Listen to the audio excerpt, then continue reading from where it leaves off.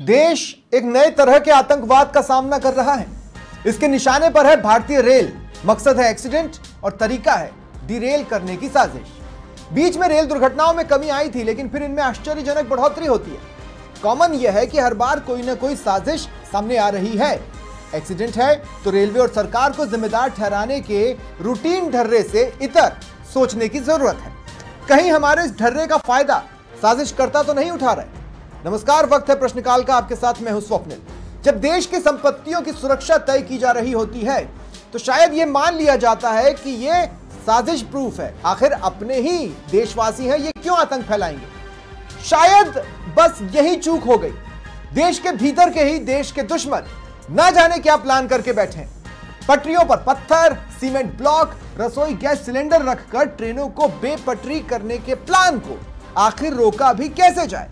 क्या इस साजिश का मकसद सरकार को बदनाम करना है? और क्या सिर्फ इतने भर के लिए देशवासियों की जान से खेलना आतंकवाद नहीं है? अब हो तो यह भी नहीं सकता कि पटरी पर पहरा बिठा दें। फिर हो क्या सकता है? आज इसी पर चर्चा करेंगे। मेरे साथ जो गेस्ट जुड़ रहे हैं आपको इंट्रोड्यूस करवा देता हूं। बीजेपी प्रवक्ता शैलेश कौशिक जी मेरे साथ हैं, कांग्रेस प्रवक्ता करणवीर सिंह राजपुरा जी मेरे साथ हैं और राजनीतिक विश्लेषक कमल कुमार टांक जी मेरे साथ हैं। आप सभी का स्वागत है समाचार प्लस पर।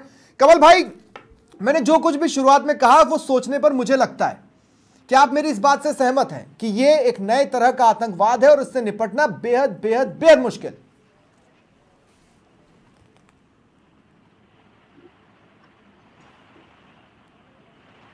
कमल भाई, आप शायद म्यूट पर हैं। हाँ, सॉरी जी, अब बोलें। जो टेरर की बात है वो तो वाकई एक बड़ा सवाल है ही, क्योंकि जो भी इस तरीके से कर रहे हैं वो टेक्निकल मिस्टेक से नहीं हो रही है, वो किसी के द्वारा कराई गई है। हाँ। तो अब ये जो कराई गई है वो साफ इंडिकेशन है कि जो इस तरीके के काम कर रहे हैं वो किसी न किसी तरीके से यहाँ पर अशांति फैलाना चाहते हैं। करेक्ट है। अब वो अशांति के कई मकसद हो सकते हैं, राजनीतिक मकसद हो सकते हैं, सामाजिक मकसद हो सकते हैं, या इंटरनेशनल मकसद हो सकते हैं, अंतर्राष्ट्रीय मकसद हो सकते हैं। अब इन सारे के सारे पहलुओं पर ध्यान रखने के और वास्तव में इन सारे पहलुओं को देखने का आईबी और पूरे के पूरे प्रशासन का बड़ा काम है और एक तरह की बड़ी चुनौती भी। ऐसे माहौल में हम ये ज़रूर कर सकते हैं कि एक तरीके से जन प्रहरी व्यवस्था को भी एक तरीके से लॉन्च करने की ज़रूरत पड़ जाएगी, क्योंकि ट्रेन्स ऐसी चीज़ें हैं जिसके ऊपर आपने जो अभी बात कही कि क्या पटरी के ऊपर आप पहरा बिठाएंगे और वो कितने प्रहरी बिठाएंगे और कितने लोग उसको वॉच करेंगे, क्योंकि पटरी तो सब जगह पर है। हाँ। और वो दिन रात मतलब 24 आवर्स पटरी पर ट्रेन चलती है, यानी पटरी पर काम चलता है, पटरी पर जीवन चलता है। तो अब इतनी जीवन जब पटरी पर चल रहे हैं और वो पूरे एक तरीके से जाल बिछा हुआ है, तो उसकी जन प्रहरी और एक तरीके से नए टेक्निकल सिस्टम से ही उसको बचाने का काम किया जा सकता है, क्योंकि जो अशांति फैलाने वाले तत्व होंगे उनका तो मकसद होगा ही, वो चाहे वो राजनीतिक हो, सामाजिक हो या अंतर्राष्ट्रीय स्तर के हों व्यक्ति, लेकिन उनका मकसद ही यही है कि वो अशांति फैलाना चाह रहे हैं। तो वो तो एक तरीके से ये मौका ढूंढ रहे हैं। बिल्कुल। और ये मौका उनको एक अच्छा कारगर मौका मिल गया है। बिल्कुल। कि इसके टाइम ऊपर कब चुन रहे हैं पता नहीं। रात में जाके लगा सकते हैं, दिन में जाके लगा सकते हैं, आखिर चप्पे चप्पे पर तो नजर रखी नहीं जा सकती। मैं एक इंटरेस्टिंग आंकड़ा बताता हूं कमल भाई। इंडियन रेलवे की वेबसाइट पर यह जानकारी है कि देश में रेलवे ट्रैक की कुल लंबाई 1,08,706 किलोमीटर है। अब आप अगर प्रत्येक किलोमीटर पर भी, आप हर 100 मीटर पर तो बिठाओगे नहीं किसी को, प्रत्येक किलोमीटर पर भी किसी को लगाने की कोशिश करोगे तो आधा किलोमीटर के पार क्या हो रहा है किसे दिख रहा है? और ये तो लगभग इम्पॉसिबल है। अब फिर इसमें ब्रॉड गेज है, मीटर गेज है, नैरो गेज है। कुल रेलवे रूट 63,028 किलोमीटर। तो यही बात है और यही बड़ी समस्या है, जिसके लिए जो शांति फैलाने वाले तत्व हैं वो मौका ढूंढ रहे हैं। और उनको ये मौका मिल रहा है क्योंकि इसके ऊपर सरकार कोई भी आए उन सबके लिए बड़ी परेशानी है कि आप कैसे इस अशांति वाले तत्वों को दो हाथ करें।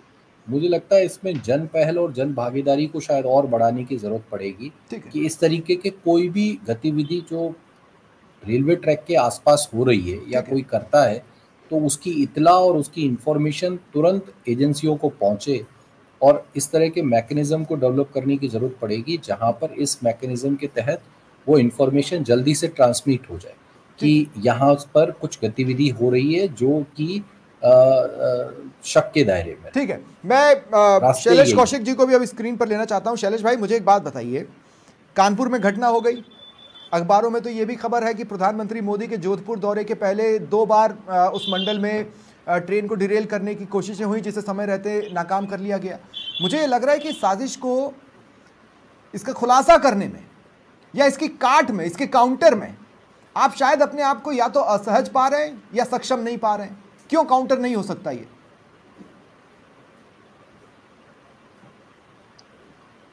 देखिए स्वप्निल भाई, निश्चित रूप से ये जिस तरीके के एक साजिश देश में हिंदुस्तान की लाइफलाइन कही जाने वाली, चाहे रेलवे हो चाहे कई अन्य किसी इंफ्रा के खिलाफ हो, रची जा रही है, और जिसके माध्यम से जो यहाँ अशांति या असुरक्षा का वातावरण पैदा करने की कोशिश की जा रही है, आम जन के प्रति निश्चित रूप से जन सरकार की जिम्मेदारी है और सरकार इसके प्रति संवेदनशील भी है और लगातार जांच भी जारी है। आपको ध्यान होगा जिस तरीके से कानपुर जिस घटनाक्रम कानपुर के घटनाक्रम के बाद, जिस तरीके से एक बड़ी घटना के बाद एनआईए हो चाहे आईबी हो चाहे एटीएस यूपी की हो कार्रवाई की, और चूंकि ये इस तरीके की घटनाएं, जैसे आप अभी खुद कह रहे थे और अभी हमारे साथी भी कह रहे थे कि इस तरह की घटनाओं के लिए एक्चुअल में क्या है, कोई ना तो टाइम तय है और ना इनकी जिस तरीके से सुनसान इलाके में करते हैं, जिस तरीके से रात में करते हैं, तो उसकी घटना के बाद जो जिस तरीके मैं आपसे ये कह रहा हूँ, आपकी किस्मत ने एक वक्त तक आपका साथ दिया है, किसी दिन किस्मत भी चूक सकती है। आप समझ रहे हैं मेरी बात को?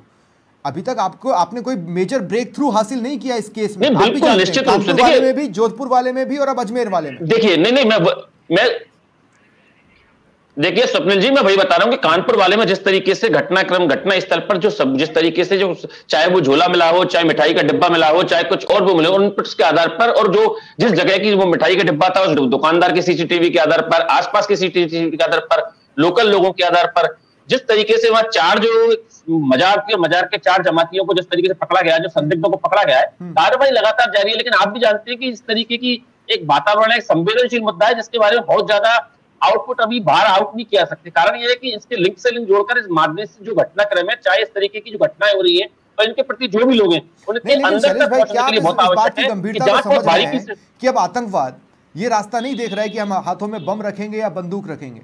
आतंकवाद ये देख रहा है कि नहीं बिल्कुल नहीं रखेंगे, हम सिलेंडर रखेंगे और उसको पटरी पर रख देंगे।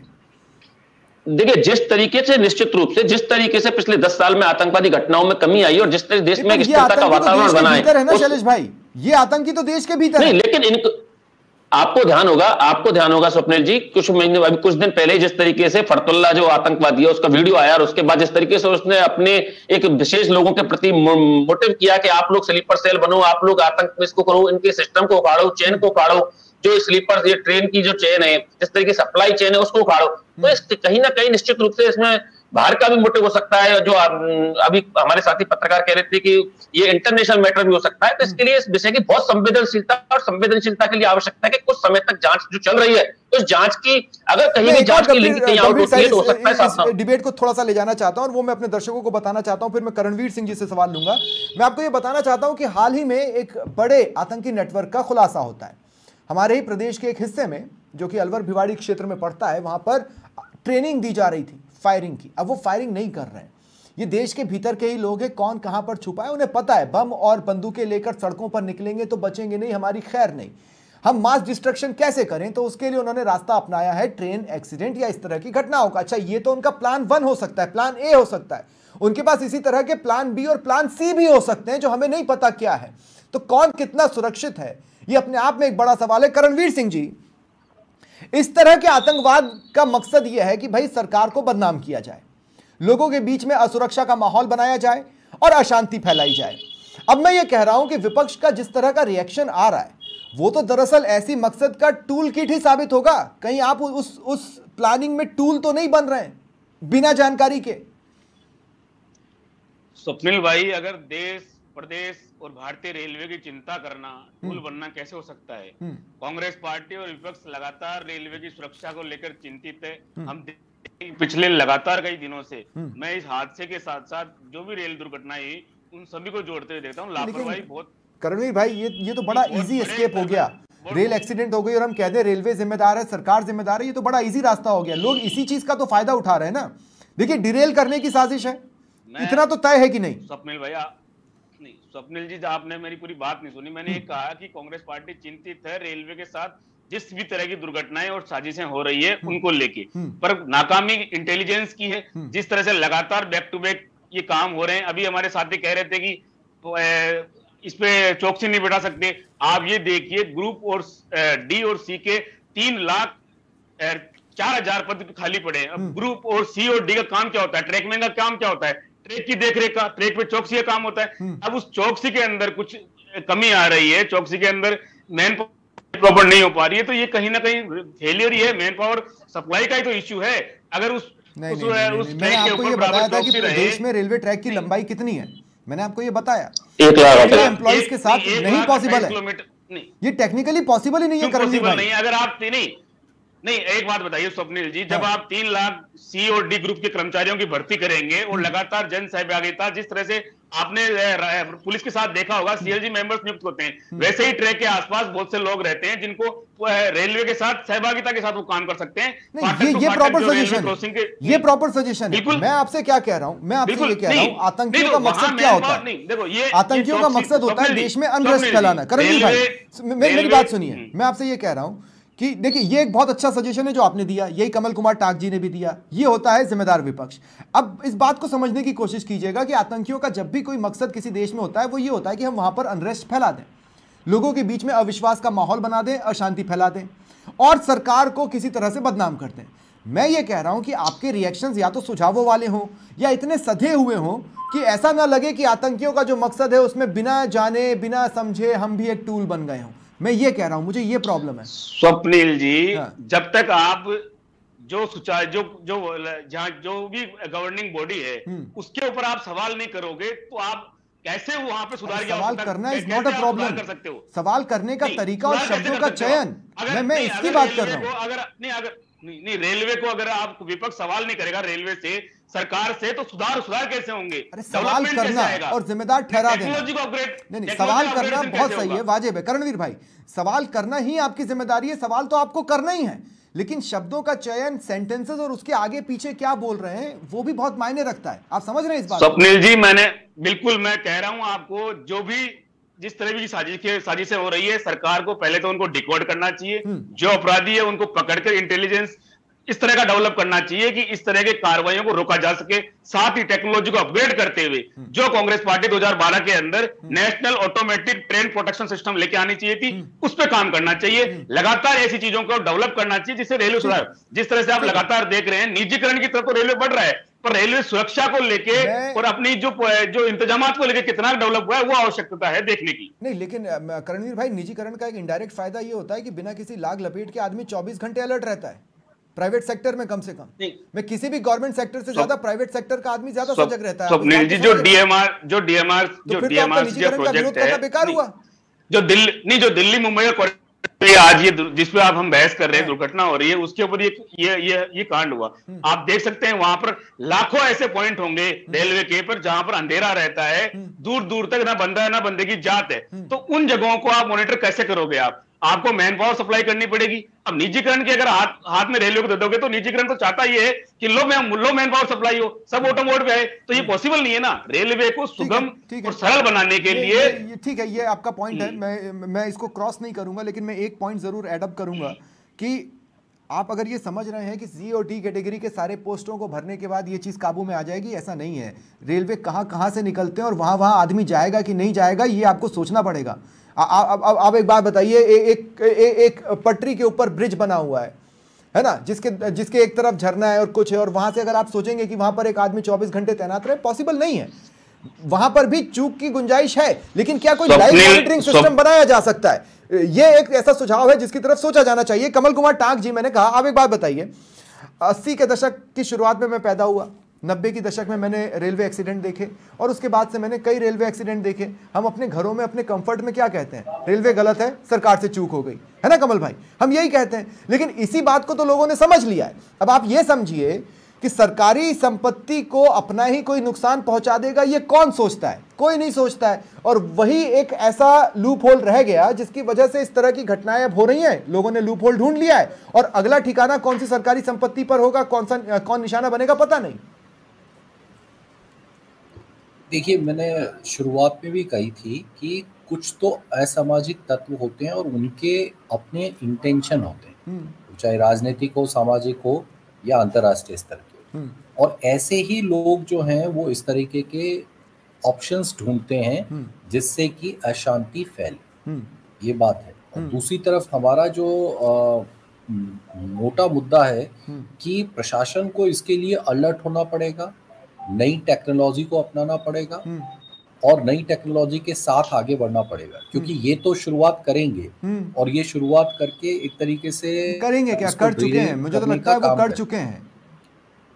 हाँ, एक तरीके से कर चुके हैं और एक तरीके से इसको पकड़ने के लिए या इसको कम करने के लिए सरकार को भी जन भागीदारी साथ पे लेनी पड़ेगी। और जन भागीदारी जो है वो अपने आप में बहुत महत्वपूर्ण पॉइंट है, क्योंकि अगर आप जन भागीदारी नहीं ले पाएंगे तो इतने बड़े मैकेनिज्म को नहीं आप पकड़ पाएंगे। और ये बात सही है, आप कितने ही व्यक्ति लगा देंगे लेकिन आप पग पग पे नहीं रख सकते, हर किलोमीटर पे आप व्यक्ति को खड़ा नहीं कर सकते और हर किलोमीटर की निगरानी भी बड़ी मुश्किल काम हो जाएगा। लेकिन वही है कि ये टेक्नोलॉजी के सिस्टम से इसको जरूर सुधारा जा सकता है। और टेक्नोलॉजी में हमें आजकल बहुत एडवांस टेक्नोलॉजी आ गई है जो किसी भी तरीके के सिस्टम में फॉल होने पर, विशेष करके जैसे आपके लाइन है, वो लाइन के अंदर किसी भी तरह की ब्रेकेज आई है तो उसको एक रेडियो एक्टिव सिस्टम से भी पता किया जा सकता है और नए इंटेलिजेंस सिस्टम भी डेवलप हो सकते हैं। उसके लिए कई लाख करोड़ रुपए भी हो सकता है इन्वेस्टमेंट करना पड़े। बिल्कुल, और वो ये बच्चे को पता है कि पटरी पर क्या नहीं करना है, को करना मैं आपको मैं ये बड़ी चौंकाने वाली बात है, ये पता नहीं खबरों का हिस्सा क्यों नहीं बन पाई। पहले 5 किलो का एक ब्लॉक रखकर देखा गया और जब एक्सीडेंट नहीं हुआ और सफल नहीं रहा तो 2 ब्लॉक्स रख दिए गए 5-5 किलो के, और वो तो समय रहते दिख गया। अजमेर मंडल ने इस चीज को समय रहते देख लिया और बचा लिया। आज वाली घटना नो डाउट दुर्भाग्यपूर्ण नहीं होनी चाहिए। करणवीर सिंह राजपुरा जी, मैं आपसे एक बात कह रहा हूं, कानपुर वाले घटनाक्रम पर जो लोग गिरफ्तार हुए हैं, कौन है वो लोग? अब ऐसे लोगों को अगर उठाया जाएगा तो क्या कांग्रेस ही हल्ला नहीं मचाएगी कि शक के आधार पर ही किसी को पकड़ ले? अरे भाई, शक के आधार पर ही पकड़े जाने का कानून एक वक्त कांग्रेस लाई थी ना, क्योंकि उसकी जरूरत महसूस हुई थी। स्वप्निल जी, जो एक्यूज है और जिसपे पुलिस जांच एजेंसियों को शक है तो जाहिर सी बात है उन पे कार्रवाई भी होगी, पूछताछ भी होगी। नहीं, पर आप एक्यूज का धर्म देखेंगे। प्रॉब्लम यह है कि आप एक्यूज का धर्म देखेंगे। नहीं, ये आपके कथन है, कांग्रेस और मेरा कथन नहीं है, ये आपका एक्शन है हाल के दिनों में हर घटना पर। नहीं, आप वो उसको आप परसेप्शन से जोड़ दीजिए। बाकी कांग्रेस ने कभी भी जाति धर्म मजहब की बात कभी नहीं की है। एक्यूज को एक्यूज की नजर से देखा जाना चाहिए। उसका मैं धर्म खोजने का काम, विदेशों में बैठ के धर्म की बात कर रहे हैं, जाति की बात कर रहे हैं। भारतीय जनता पार्टी का है। पर मैं तो स्वप्निल भाई, जब से डिबेट शुरू हुई है लगातार, चाहे आप ये विशेषज्ञ मान लीजिए, भारतीय जनता पार्टी मान लीजिए, आप कह रहे हैं पग पग पे आदमी नहीं उठा सकते। स्वप्निल जी, जब हम छोटे थे तो हम सुनते थे कि एक रेलवे कर्मचारी की बुद्धि से ये एक रेल बड़ी दुर्घटना को टाला गया। ट्रैकमैन का काम होता है ट्रैक की रखरखाव, उसकी जिम्मेदारी होती है उसको देखना, जो हडल्स आते हैं उनको दूर करना, और ये ट्रैकमैन की आवश्यकता सी और डी के ग्रुप के कर्मचारी ही कर पाएंगे। क्यों नहीं आप उन 3 लाख कर्मचारियों की ओर देख बैठ के ये कहना बड़ा आसान हो जाता है। अगर सत्ता आपके हाथ में होती, मान लीजिए, तो ये पॉसिबिलिटी तब आपको समझ में आती कि ऐसा पॉसिबल, बिल्कुल पॉसिबल नहीं है। आपको ट्रैकिंग करनी है, ये बिल्कुल वाजिब पॉइंट है आपका, लेकिन ट्रैकिंग के लिए पग पग पर एक आदमी खड़ा हो जाएगा या 24 घंटे घूमता रहेगा, ऐसा नहीं होता। उसको भी उसके घर जाना है। नहीं, मैंने भी ये कहा है कि टेक्नोलॉजी के माध्यम से हो सकता है। मैंने यही बात कही है, टेक्नोलॉजी के माध्यम से हो सकता है। सभी तरह की तकनीकें हमारे पास मौजूद। आपको टेक्नोलॉजी का इस्तेमाल करना पड़ेगा, हर किलोमीटर पे आदमी खड़ा करके नहीं होता है। ड्रोन, लाइव मॉनिटरिंग, सीसीटीवी कैमरे, इस तरह की बहुत सी चीजें जो हो सकती हैं। शैलेश भाई, मैं आपसे पूछना चाहता हूं, सरकार के पास क्या कदम है? मतलब मैं ये श्योर हूं कि आतंकियों के पास प्लान ए है, प्लान बी है, प्लान सी है, और अभी तो हम केस ही क्रैक कर रहे हैं। अभी तो हम उस स्टेज पे गए ही नहीं है जिसमें हम आतंकियों से 4 कदम आगे हो जाएं। देखिए स्वप्निल भाई, निश्चित रूप से जिस तरीके की घटनाएं सामने आई हैं और उसके बाद सरकार अपने स्तर पर और तमाम जांच एजेंसी अपने स्तर पर कार्रवाई कर रही है। मैंने आपसे भी थोड़ी देर पहले भी कहा था कि चूंकि इसके लिए मूल जड़ में जाने की आवश्यकता है, कि इनका जो नेटवर्क है उस मूल नेटवर्क की कमर तोड़ने की आवश्यकता है। इसके लिए फिलहाल जो जांच एजेंसी जिस पथ पर, जिस वे पर चल रही है, उसके बारे में टिप्पणी तो अभी नहीं होनी चाहिए, क्योंकि वो जांच एजेंसियों का काम है। लेकिन मेरा मानना है निश्चित रूप से, मैं आपसे ये कह रहा हूं कि क्या आप उस लेवल पर सोच रहे हैं जिस लेवल पर आतंकी सोच रहे हैं? जैसे आपने देखा यूपी और राजस्थान, इन दोनों जगहों पर ये घटनाएं मिल चुकी हैं, अन्य जगहों पर भी हो सकता है मिल रही हो, नहीं तो वो इसी के बॉर्डर स्टेट या उसके पार भी जाते जाएंगे। अभी आप यहां का केस सॉल्व कर रहे हैं, दूसरी जगह हो जाएगा। हर बार किस्मत साथ नहीं देगी शैलेश भाई, यही कह रहा हूं मैं। स्वप्निल जी मैं वही कह रहा हूं, आप मुझे थोड़ा सा सुन बोलने का समय दीजिए। वही कह रहा हूं कि इसके लिए आवश्यकता निश्चित रूप से, जिस तरीके से अभी कमल जी कह रहे थे, चाहे कांग्रेस प्रवक्ता कह रहे थे, कि इसमें आवश्यकता रूप से जन भागीदारी के साथ साथ इसको हमारी टेक्नोलॉजी है, इसको भी बहुत ज्यादा डेवलप करने की आवश्यकता है। निश्चित रूप से सरकार इस पर कदम उठाएगी, क्योंकि कई तरीके की आजकल जिस तरीके से एडवांस टेक्नोलॉजी आई है, इसमें सेंसर सिस्टम आ सकता है। जिस तरीके से बता रहे थे कि कहीं कोई फॉल्ट हो, सेंसर के माध्यम से 4-5 किलोमीटर के बीच का रेंज का एक सेंसर सिस्टम डेवलप, और इसको निश्चित रूप से हमारी टेक्नोलॉजी को, सरकार, भारत का टेक्नोलॉजी सिस्टम इतना मजबूत है, निश्चित रूप से इस प्रकार घटनाएं सामने आई है तो इस प्रकार की घटनाओं को तोड़ करने के लिए, इस प्रकार घटनाओं के इलाज के लिए इस कार्रवाई को जल्दी सरकार करेगी, क्योंकि टेक्नोलॉजी इसमें बहुत बड़ा मैन पावर से टेक्नोलॉजी को, लेकिन मैन पावर को भी नकारा नहीं जा सकता। करणवीर सिंह राजपुरा जो कह रहे हैं शैलेश भाई, करणवीर सिंह राजपुरा जो कह रहे हैं उस बात में इस लिहाज से तो वजन नहीं है कि पग पर वो कर्मचारी बैठा रहेगा, लेकिन इस लिहाज से तो वजन है कि मैन पावर रहेगा तो फायदा ही पहुंचेगा।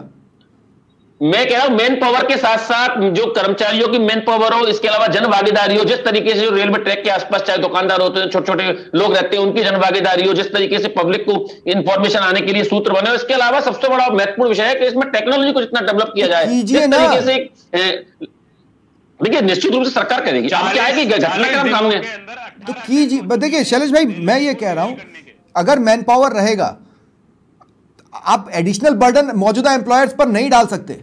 रेलवे में भर्तियां बड़े लंबे समय तक निकल नहीं रही हैं, आप समझ रहे हैं। मैन पावर रहेगा तो उसका फायदा ही पहुंचेगा, उसका नुकसान नहीं है।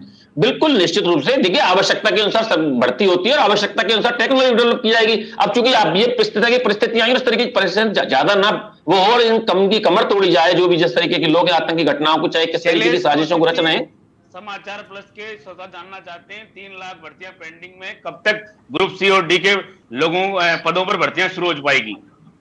सरकार अपने आवश्यकता के अनुसार भर्ती करेगी। आप ये बताइए 2004 से 14 तक आपने कितनी भर्तियां की थी? ठीक है, आपके पास ये आंकड़ा भी तो बता दिए, 3 लाख का आंकड़ा तो आप रटी आए। कमल कुमार टाक जी, मैं फिर आपके पास आ रहा हूं। मैं आप दोनों को रोक रहा हूं। कमल कुमार टाक जी, आपके हिसाब से क्या क्लोजिंग कमेंट होना चाहिए इस डिबेट का, कहीं किसी भी प्लेटफॉर्म पर? आप म्यूट पर हैं। सॉरी, जहां तक भर्तियों की बात है और जहां पर उनकी रिक्वायरमेंट है, नो डाउट उसको तो फिल करना ही चाहिए। और जो भी इनकी असेसमेंट कमेटी कहती है, वो असेसमेंट कमेटी के अकॉर्डिंग उनके रिक्रूटमेंट होंगे और तभी एक तरीके से पूरा वर्कफोर्स होगा, और वर्कफोर्स के बाद ही अच्छे से काम हो सकता है। इसको कोई नकार ही नहीं सकता, क्योंकि असेसमेंट के अंदर ही तो वो भर्तियां हैं कि भाई इतने लोगों की जरूरत है और इतने इतने लोग चाहिए ही चाहिए। तो वो असेसमेंट करके प्रॉपरली सरकार को भी एक रख देना चाहिए कि ये इतनी है, क्योंकि एक होता है कि हमारे पास कितनी जगह है या कितनी अब तक हो पाई है। अब तक के पुराने सिस्टम से नए टेक्नोलॉजी के सिस्टम के बाद हमें कितनी जरूरत है और कितनी हम अभी करने वाले हैं, उसका बिल्कुल सरकार को ब्यौरा करना देना चाहिए। ये सरकार की ड्यूटी है, सरकार होती ही इसी के लिए। बिल्कुल ऐसे परफेक्शन से सरकारें कोई भी काम नहीं करती है। तो हमारा मानना है कि कम से कम ये सरकार शुरुआत करे कि असेसमेंट बिठाए एक कमेटी, और वो असेसमेंट करके कहे कि मौजूदा हालात में इतने की जरूरत है और इतनों को इतने फेज के अंदर हम रिक्रूट करें। इसे साधारण असामाजिक घटना या साधारण छेड़छाड़ से न जोड़कर अगर कठोर दंड नहीं दिया जाता है, कठोर धाराएं नहीं लगती हैं, तो फिर जो देशवासियों की जान से खेल रहा है, वो आतंकवाद नहीं कर रहा है, तो और क्या है? इसी सवाल का जवाब उस कानून की धाराएं जो आप लगाएंगे उसमें छुपा होगा। लास्ट में मैं सिर्फ इतना ही बोल सकता हूं कि जब बात आतंक की हो तो कुछ भी साजिश प्रूफ नहीं होता। इस बात को समझने के लिए वक्त आ चला है, आंखें खोलना जरूरी है। बहुत बहुत शुक्रिया आप सभी का मेरे साथ जुड़ने के लिए। फिलहाल इतना ही, नमस्कार।